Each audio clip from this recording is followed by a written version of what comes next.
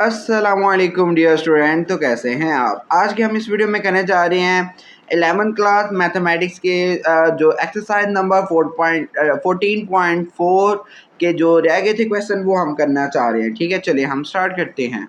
तो बेटा जी, हमने पिछली वीडियो में 1 से लेकर क्वेश्चन नंबर यहाँ पे 9 तक सॉल्व कर लिए थे। अब हम करेंगे क्वेश्चन नंबर 10 से लेकर क्वेश्चन नंबर 15 तक। तो क्वेश्चन नंबर 10 से स्टार्ट करते हैं। तो यहाँ पे क्या कह रहे हैं, consider a parallelepiped determined by the vector. यहाँ पे वेक्टर यहाँ पे गिवन है यू वी डब्ल्यू, यहाँ पे ये वैल्यू गिवन है। ये किसकी हैं? पैरेललीपाइड की, जो पता चलाने के लिए। ठीक हो गया। तो if the base of the parallelepiped is defined by, यानी कि यहाँ पे उसकी बेस यहाँ पे डिफाइन हो यू एंड वी, तो then find the height of the parallelepiped. तो आपने उसकी हाइट फाइंड करनी है पैरेललीपाइड की। तो बेटा यहाँ पे हम उसका फॉर्मूला यूज़ करेंगे। यहाँ पे उसका क्या करेंगे, फॉर्मूला यूज़ करेंगे। तो बेटा यहाँ पे ये इसका फॉर्मूला यूज़ करेंगे। बेस ऑफ द पैरेललीपाइड का क्या फॉर्मूला है? यहाँ पे ये जो आपके पास जो पैरेललीपाइड का फॉर्मूला ओवर क्या है, बेस यू क्रॉस वी का मैग्नीट्यूड, यू क्रॉस वी का मैग्नीट्यूड, यहाँ पे ये फॉर्मूला यूज़ करेंगे। बेटा आपके क्वेश्चन में 3 यहाँ पे वैक्टर्स यहाँ पे गिवन है। तो सिंपल यहाँ पे सबसे पहले हम जो है ना ऊपर वाला यानी कि पैरेललीपाइड यहाँ पे फाइंड करेंगे। बेस आपने यहाँ पे फाइंड क्या करनी थी, हाइट ऑफ द पैरेललीपाइड। क्या फाइंड करनी है? Height of parallelepiped. यहाँ पे ये हाइट है, ठीक है, यहाँ से आपने चेंज कर लेना है। यहाँ पे हाइट ऑफ पैरेललीपाइड की जो फाइंड करनी है, तो उसका ये फॉर्मूला। ठीक हो गया। तो यहाँ पे देखें, सबसे पहले यहाँ पे उसका क्या करने लगे, यहाँ पे पैरेललीपाइड फाइंड करने लगे। तो पैरेललीपाइड का क्या तरीका कार है, यहाँ पे जो उसके कोएफिशिएंट लिखने होते हैं। जैसे पहले वेक्टर यहाँ पे 2i + 4j - 3 क्या है, तो यानी कि 2, 4 और -3 यहाँ पे लिखेंगे। नेक्स्ट में देखिए वी वेक्टर में क्या गिवन है, 5i - 3j + 6 के है। तो यहाँ पे उनके कोएफिशिएंट यूज़ करने हैं, 5 - 3 एंड 6, 5 - 3 एंड 6 ये यूज़ करेंगे। इस तरह से W में क्या गिवन है, 4, -7 और -2 है, तो वो अब यहाँ पे यूज़ करेंगे। ठीक हो गया बेटे जी। अब यहाँ पे हम क्या करेंगे, सिंपल यहाँ पे आपने इनका क्या करने लगा है, इसको जो है ना डिटर्मिनेंट को सॉल्व करेंगे। तो वेरी फर्स्ट यहाँ पे 2 लिख लेंगे, इसकी रो और इसका कॉलम कैंसिल, बाकी क्या बचेगा वो लिख लेंगे, -3, -7, 6 एंड -2।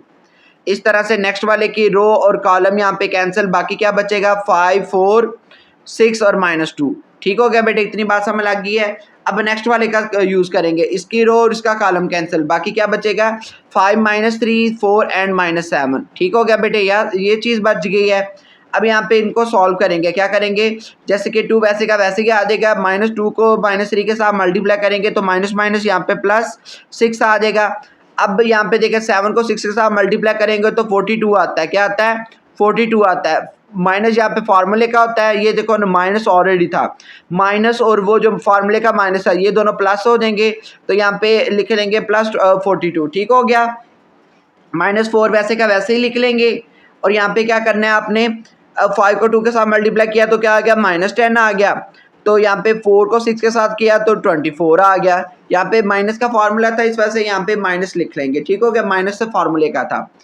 अब देखिए प्लस माइनस -3, 7 को -7 के साथ यहाँ पे मल्टीप्लाई करेंगे तो क्या आएगा, -35 आएगा।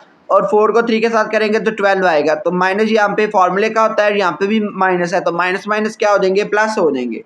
ठीक हो गया बेटे, इतनी बात समझ लग गई है। अब यहाँ पे इन दोनों को ऐड करेंगे, 6 और 40 जो है आपके पास 2 क्या आंसर आता है, 48 आता है। 2 × 48 लिख देंगे। इसी तरह से -4 वैसे का वैसे ही है, -10 और -24 क्या आंसर आएगा, -34 आ जाएगा। ये लिख लेंगे। -3 वैसे का वैसे ही है। अब 35 में से 12 निकालेंगे तो आपके पास क्या आंसर आएगा, वो आएगा 23। और यहाँ पे माइनस का क्यों आया, क्योंकि बड़ी वैल्यू यहाँ पे उसके साथ माइनस था, इस वजह से। अब यहाँ पे बेटे इसको सॉल्व करेंगे, 48 को 2 के साथ मल्टीप्लाई करेंगे तो क्या आएगा, 96 आ जाएगा। माइनस माइनस यहाँ पे प्लस हो जाएंगे। 4 को 34 के साथ मल्टीप्लाई करो तो जो आंसर आएगा वो आपने लिख लेना है। जैसे कि यहाँ पे इसको मल्टीप्लाई किया तो क्या आंसर आया, 136 आ गया। तो बेटा वो लिख लेंगे। माइनस माइनस यहाँ पे प्लस हो जाएंगे। 3 को 23 के साथ यहाँ पे मल्टीप्लाई करें तो क्या आंसर आ रहा है, तो यहाँ पे बेटे आंसर आ रहा है 69। ठीक है, तो वो आप यहाँ पे लिख लेंगे, क्या लिख लेंगे, 69। अब यहाँ पे इन तीनों को यहाँ पे आपने क्या कर लेना है, यहाँ पे ऐड कर लेंगे। तो यहाँ पे जो ऐड किया तो यानी कि 301 इसका आंसर आ गया। किसका बेटे अभी आंसर आया, ये इसका पैरेललीपाइड का, यानी कि ऊपर वाले का आंसर क्या है, 301। ठीक है। अब आप इसकी बेस का फाइंड करेंगे। बेस यहाँ पे क्या है, u क्रॉस v और उसका मैग्नीट्यूड वो फाइंड करना चाह रहे हैं। तो बेटा वो कैसे फाइंड करेंगे, यानी कि ये आप फाइंड करना चाह रहे हैं तो वो कैसे फाइंड करेंगे, जब सबसे पहले हम u क्रॉस v निकालेंगे। तो जब भी दो वेक्टर का क्रॉस प्रोडक्ट निकालते हैं तो क्या करते हैं, आई जे के ऊपर लिख लेते हैं, उसके नीचे फिर आप u का वेक्टर लिखेंगे जो पहला वेक्टर गिवन है। u वेक्टर यहाँ पे क्या गिवन है, 2i + 4j - 3k, यानी कि क्या लिखेंगे, 2 4 - 3, क्या लिखेंगे, 2 4 - 3 लिख लेंगे। इस तरह से v का भी इसी तरह से देख के लिख लेना है। 5 -3 एंड 6 था वो लिख लिया। अब यहाँ पे देखिए मैंने ये डिटरमिनेंट बना लिया। अब इसको सॉल्व कैसे करेंगे, ये देखिए पहले आप आई यूज़ करेंगे, उसकी रो उसका कॉलम कैंसिल, बाकी क्या बचा, यहाँ पे क्या बचा, 4 - 3 और 6 लिख लेंगे। इतनी बेटे समझ लगी आई की, ये आ गया काम। अब इसी तरह से नेक्स्ट पहले प्लस है फिर माइनस जे, रो कॉलम कैंसिल, बाकी क्या बचा 2 5 -3 और 6 लिख लेंगे। इसी तरह से प्लस के लिखना है, के की कॉलम और रो कैंसिल, बाकी क्या लिखेंगे 2 4 5 और -3। इतनी बेटे बात समझ लग गई है। अब यहाँ पे नेक्स्ट क्या काम करेंगे, यहाँ पे इसको क्रॉस मल्टीप्लिकेशन करवाएंगे। 6 को 4 के साथ मल्टीप्लाई किया तो क्या आएगा 24, 3 को 3 के साथ किया तो यहाँ पे 9 आएगा, और यहाँ पे माइनस माइनस तो प्लस हो जाएगा, लेकिन फॉर्मूले का यहाँ पे माइनस होता है तो इस वजह से यहाँ पे -9 आएगा। ठीक है बेटे, इतनी बात समझ लग गई बच्चों। माइनस जे वैसे का वैसे ही है, 2 को 6 के साथ मल्टीप्लाई किया तो क्या आंसर आएगा 12 आएगा। अब 5 3 क्या होता है 15 होता है, तो यहाँ पे माइनस है तो फॉर्मूले का माइनस होता है, तो माइनस माइनस यहाँ पे क्या हो देंगे प्लस, तो प्लस 15 लिख देंगे। इसी तरह से प्लस के वैसे का वैसे ही लिख देंगे। 2 को 3 के साथ मल्टीप्लाई करेंगे तो क्या आएगा -6 आएगा। ठीक है, तो 4 5 क्या होता है 20 होता है, तो यहाँ पे -20 लिख देंगे क्योंकि माइनस यहाँ पे फॉर्मूले का होता है। तो यहाँ पे देखिए 24 में से 9 निकालेंगे तो क्या आएगा 15 आएगा, और i इंटू आई वैसे का वैसे लिख देंगे। माइनस जे वैसे का वैसे ही है, 12 और 15 क्या आंसर आता है 27 आता है, तो वो यहाँ पे लिख लेंगे। अब ये देखकर -6 और -20 क्या आंसर आएगा -26, -26 को प्लस के साथ मल्टीप्लाई करेंगे तो क्या आएगा -26 ही आएगा। ठीक है, तो आप क्या लिख लेंगे 15i -27 j -26 k लिख लेंगे। इतनी बेटे बात समझ लग गई है। अब यहाँ पे बेटे आपने क्या करना है, इनके क्रॉस प्रोडक्ट का अब आपने क्या करना था, मैग्नीट्यूड फाइंड करना था, क्योंकि यहाँ पे क्रॉस प्रोडक्ट का तो आंसर आ गया। तो अब मैग्नीट्यूड कैसे निकालेंगे, यानी कि उसका पहले का स्केयर प्लस दूसरे का स्केयर प्लस तीसरे का स्केयर। तो पहले का स्केयर यानी कि 15 का स्केयर क्या आता है 25 आता है 225, 27 का स्केयर क्या आता है 729 होता है, और 26 का स्केयर क्या आता है 676 आता है। ठीक है, तो अब क्या करेंगे, इन तीनों को यहाँ पे क्या कर लेंगे, ऐड कर लेंगे। क्या कर लेंगे, ऐड करेंगे, तो जो आंसर आएगा वो आपने लिख लेना। अब सिंपल यहाँ पे दो आंसर आ चुके थे। ये बेटे आंसर आया था पैरेललीपाइड का u dot v cross w का। ठीक है, इसका आंसर 301 था, और इसका जो मैग्नीट्यूड वाले का यानी बेस का क्या आंसर आया है स्क्वायर रूट 1630, तो वो यहाँ पे बेटे आप लिख लेंगे। ठीक है, ये था फार्मूला, इसके अंदर इसकी वैल्यू लिखे, क्या आया 301 ओवर क्या है बेस क्या आई है स्क्वायर रूट 1630। ठीक है, तो ये इसका आंसर है लिहाजा। ठीक है, उम्मीद है आपको क्वेश्चन नंबर 10 अच्छी तरीके से समझ लग गया है। अब हम इसका करते हैं 11 वाला क्वेश्चन। अब देखिए 11 वाले क्वेश्चन में क्या कह रहे हैं, कह रहे हैं कि एक मशीन है जो अप्लाई कर रही है force 50 pounds along the x axis.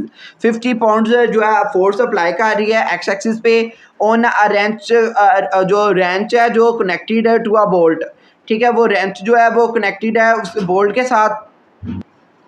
तो बेटा जी अब हम क्या करेंगे, यहाँ पे क्या कह रहे हैं the pivot point of the wrench is at origin, यानी कि जो उसका पिवोट है वो क्या है 0 0 ओरिजिन पे है, यानी कि जो पॉइंट गिवन है वो ओरिजिन पे है। तो वो कह रहे हैं the force is applied at the point, जो फोर्स अप्लाई किस पॉइंट पे हो रही है वो इस पॉइंट पे हो रही है।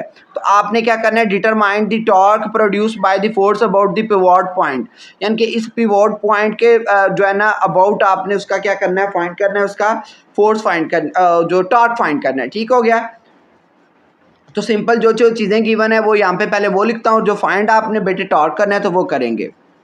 तो बेटा आपको पता चल रहा है यहाँ पे क्या आपके पास गिवन है, आपके पास एक फोर्स गिवन है, फोर्स के गिवन थी 15i, यानी कि बस ओनली 15i गिवन थी, यानी कि वो कह रहे थे 50 ऑन एक्सिस पे, यानी कि 50 ऑन एक्सिस का मतलब है यानी कि i वाले कंपोनेंट गिवन है, ना j है ना k है, वो कोई नहीं गिवन, तो j और k आपने दोनों खुद से लेट कर लेने हैं 0 0। ठीक हो गया, तो अब यहाँ पे आपके पास ओरिजिन पॉइंट यहाँ पे गिवन है 0 0 0, और ए पॉइंट गिवन था वो क्या था 0 फीट 2 फीट और 3 फीट, यहाँ पे ये गिवन था, तो आपने वो कह रहे थे कि आपने फाइंड क्या करना है, आपने टॉर्क फाइंड करना है at a point O about O say, ठीक है। तो आपने सबसे पहले आपको पता होना चाहिए टॉर्क का फार्मूला क्या था, वो torque is equal to R cross F है। तो आर क्या आर मतलब आप कैसे फाइंड करेंगे, यहाँ पे आप करेंगे ओ ए से आप फाइंड करेंगे। ओ ए का मतलब क्या है, ए में से ओ को निकालना है, यानी कि इसमें से इसको निकालना है। तो सबसे पहले जीरो में से जीरो निकालेंगे, जीरो ही आएगा, साथ मैंने आई लिख दिया।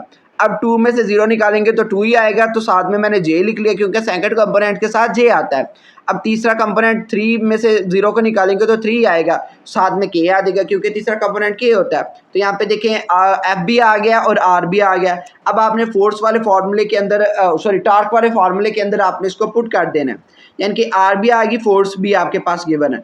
आप ये टॉर्क वाले फार्मूले के अंदर पुट करेंगे, इनके अंदर सबसे पहले क्या लिखेंगे, आई जे के ऊपर लिखेंगे, उसके नीचे आर का जो आपके पास जो वेक्टर गिवन है 0 2 3 वो लिख लिया। इसी तरह से फोर्स का क्या गिवन था 50 0 0 जो गिवन था वो आप कर लेंगे।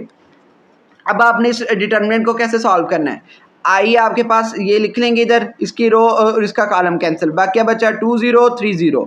इस तरह से फिर माइनस जे, क्योंकि प्लस माइनस जे इंटू क्या आएगा, ये देखें इसकी रो और इसका कॉलम कैंसिल, तो क्या आएगा 0 50 3 0। इसी तरह से प्लस के में क्या है, उसका कॉलम और रो कैंसिल, बाकी क्या बचा 0 2 50 0। ठीक है बेटे, ये काम बच गया।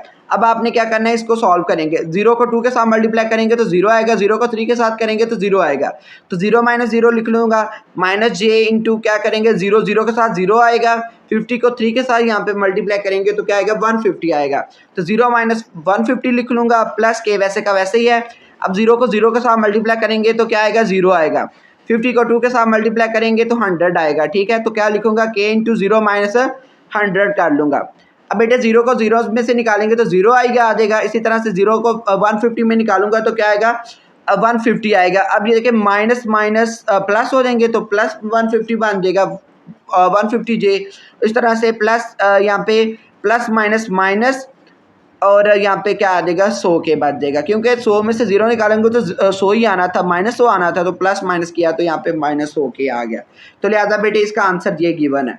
ठीक है, इसको में से ये वाले 0 आई को ख़त्म कर दे तो आपके पास ये फाइनल आंसर बन जाता है। तो ये यहाँ पे इसका टॉर्क गिवन है। ठीक है, तो टॉर्क न्यूटन मीटर में होता है तो आपने यहाँ पे लिख लेना है, इसका ऐसा यूनिट साथ में लिख लेंगे।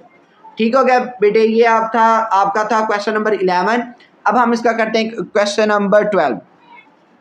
तो बेटा यहाँ पे क्या क्वेश्चन नंबर 12 में क्या कह रहे हैं कि एक ड्रोन है वो फ्लाई कर रहा है पॉइंट जो इस पॉइंट से लेकर इस पॉइंट तक, तो which is the unit representing a metre, यानी कि उसका यूनिट जो है उसको रिप्रेजेंट कर रहा है मीटर है, यानी कि एम मीटर से वो रिप्रेजेंट हो रहा है, उसका ऐसे यूनिट साहब का कह लें। तो आपने उसका मैग्नीट्यूड फाइंड करना है, displacement the drone experience during the flight. तो यानी कि उन दोनों पॉइंट्स का आपने क्या करना है, डिस्प्लेसमेंट फाइंड करना है, यानी कि शॉर्टेस्ट डिस्टेंस निकालना है और उसका मैग्नीट्यूड फाइंड करना है। तो सिंपल यहाँ पे देखें आपके पास दो पॉइंट यहाँ पे गिवन है, ए एंड बी यहाँ पे पॉइंट्स गिवन है। आपने क्या करना है, इनका पहले आपने क्या करना है वो जो डिस्टेंस निकालेंगे, जो डिस्प्लेसमेंट निकालेंगे, उसका आपने मैग्नीट्यूड लेना है। तो बेटा डिस्टेंस कैसे निकलेगा यानी डिस्प्लेसमेंट कैसे निकलेगा, ए बी वेक्टर फाइंड करने से। तो ए बी यानी कि डी के इक्वल है, तो ए बी कैसे निकलेगा, ओ बी माइनस ओ ए। ओ बी यानी कि ये आपके पास गिवन है और ओ ए आपके पास ये गिवन है। तो सिंपल यहाँ पे इन दोनों को माइनस करेंगे, 4 में से 1 निकालेंगे तो क्या लिखोगे 4 माइनस 1 आई, इस तरह से 6 माइनस 2 जे, 9 माइनस 5 क्या आएगा के। अब 4 में से 1 निकालेंगे तो क्या आएगा 3 आई आ जाएगा, 6 में 4 निकालेंगे तो 2 निकालेंगे तो 4 आई आ जाएगा, 9 में 5 निकालेंगे तो 4 के आ जाएगा। यानी कि ये आपके पास ए बी वैक्टर आ गया। तो सिंपल आपने इसका मैग्नीट्यूड ले लेना है। तो यहाँ पे क्या करने लगे, इसका मैग्नीट्यूड लेंगे। तो मैग्नीट्यूड लेंगे तो आप क्या करेंगे, इसका आंसर आ जाएगा, यानी कि पहले का स्केयर 3 का स्केयर, दूसरे का स्केयर यानी 4 का स्केयर और तीसरे का स्केयर यानी कि 4 का स्केयर। तो 3 का स्केयर यानी कि 9, 4 का स्केयर यानी पे 16 और 4 का स्केयर यहाँ पे 16 आ जाएगा। अब यहाँ पे इन तीनों को यहाँ पे क्या कर दूंगा, ऐड कर दूंगा। ऐड करने से बेटे जो आंसर आएगा वो आपने लिख लेना है। और आपके क्वेश्चन में उन्होंने बोला हुआ था कि इसको रिप्रेजेंट करें मीटर्स के अंदर, तो इस वजह से यहाँ पे 7 मीटर लिख देंगे। तो बेटा ये था आपका क्वेश्चन नंबर 12। उम्मीद है आपको बहुत अच्छी तरीके से समझ लगी होगी। अब हम इसका करते हैं क्वेश्चन नंबर 13। चलिए हम स्टार्ट करते हैं। तो बेटा जी क्वेश्चन नंबर 13 में क्या कह रहे हैं, तो बेटा जी क्वेश्चन नंबर 13 भी बहुत इंटरेस्टिंग और मज़े वाला क्वेश्चन है। उसमें कह रहे हैं कि एक वेक्टर जो गिवन है जिसमें यानी कि यहाँ पे शोज़ हाउ मैनी बेल्ट्स, यानी कि यहाँ पे 50 बेल्ट्स हैं, 75 जो पैंट्स हैं और शर्ट यहाँ पे 65 के हैं। ठीक हो गया। स्टोर एट जो सोल्ड एट अ स्टोर, यानी कि जो एक जो है ना यानी कि स्टोर के अंदर सोल्ड की गई हैं, ठीक है, यानी कि बेची गई हैं। तो यहाँ पे दूसरा जो वेक्टर यहाँ पे गिवन है वो किसको रिप्रेजेंट कर रहा है, उनके रुपीज़ को, यानी कि उन आइटम्स के रुपीज़ को, यानी कि ये शर्ट्स के जो है रुपीज़ आए हैं, सॉरी पहले बेल्ट से, फिर उसके बाद पैंट है और उसके बाद शर्ट है, तो उनके रुपीज़ आए हैं। ठीक है, तो आपने यहाँ पे चेक करना है कि उनकी जो है ना टोटल रिजल्ट क्या आया, यानी कि find U dot W and explain that the result tells us in real life, यानी कि आपने उसका रिजल्ट फाइंड करना है, यानी कि असल में कितने पैसे उसका आंसर आया। ठीक हो गया। तो क्वेश्चन नंबर 3 आपके पास क्या कहता है, सिंपल यहाँ पे दो वेक्टर यहाँ पे गिवन है, u and w। u vector ये है और w वेक्टर ये है। ठीक है, तो यहाँ पे ये जो है उसके जो है ना क्या है कि जी आइटम को रिप्रेजेंट कर रहा है, आइटम नंबर ऑफ आइटम्स को, और ये उनकी प्राइस को रिप्रेजेंट कर रहा है, रुपीज़ को रिप्रेजेंट कर रहा है। तो सिंपल यहाँ पे आपने क्या करना है, इनका जो फाइंड करना है वो यहाँ पे टोटल फाइंड करना है। तो टोटल कैसे फाइंड करेंगे, जब इन दोनों को यहाँ पे मल्टीप्लाई करेंगे, दोनों वेक्टर को यहाँ पे मल्टीप्लाई करेंगे, यानी कि u डॉट डब्ल्यू, तो u की जगह उसकी वैल्यू यहाँ पे लिख लिया, w की जगह उसका वेक्टर यहाँ पे लिख लिया। तो सिंपल i वाले के साथ मल्टीप्लाई होंगे, j वाले और k वाले के साथ।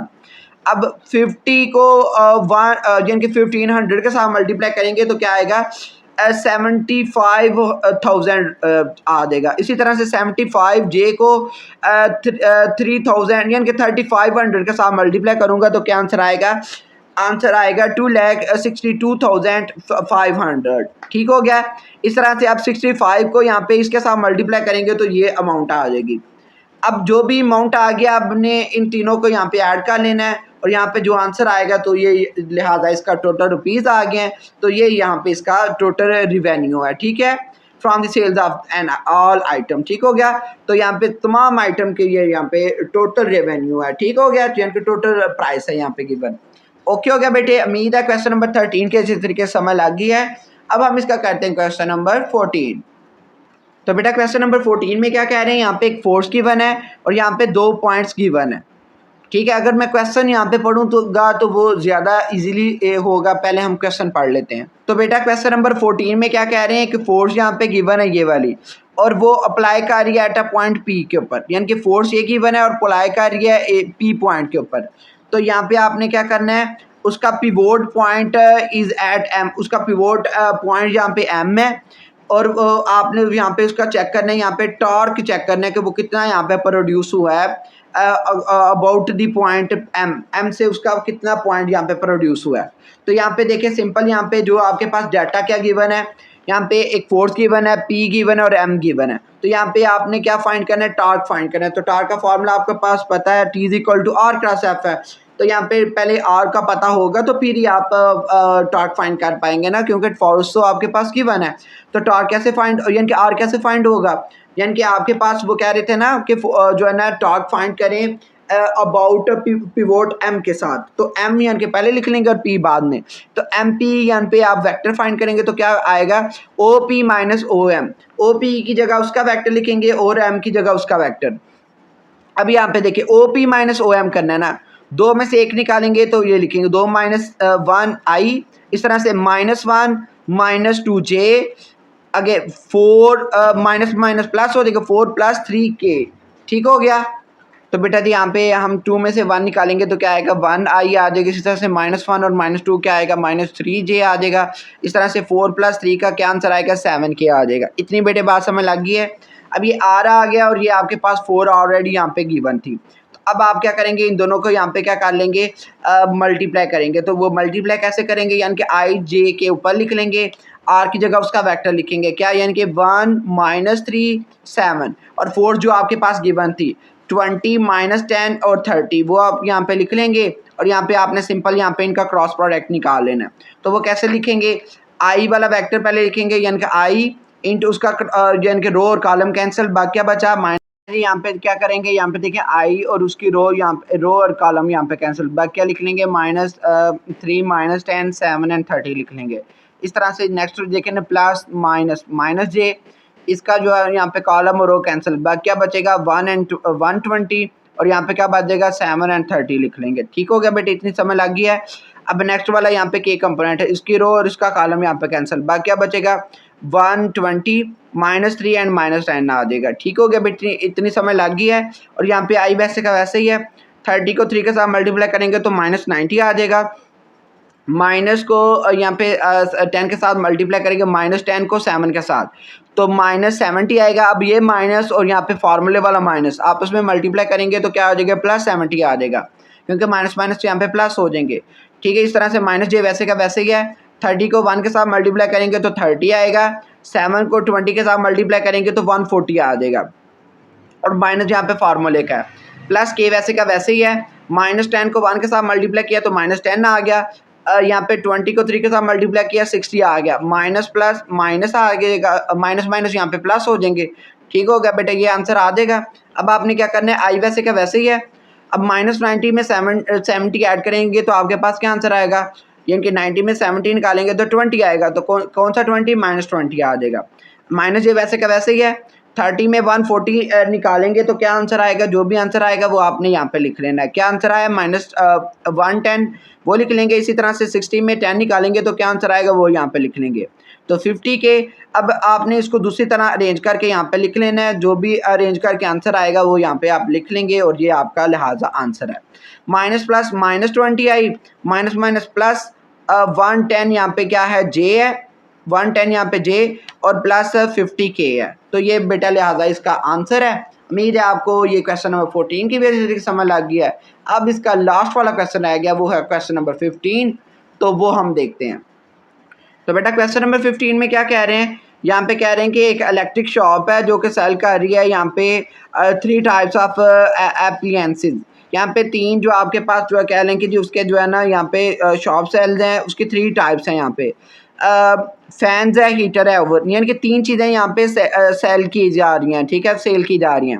मंथली सेल्स क्वांटिटीज़ आर उनकी जो है ना 50 यूनिट्स हैं यहाँ पे आपके पास कह लें कि जी वो फैंस के, और 30 यूनिट्स हीटर्स के और 20 यूनिट्स यहाँ पे ओवंस के हैं।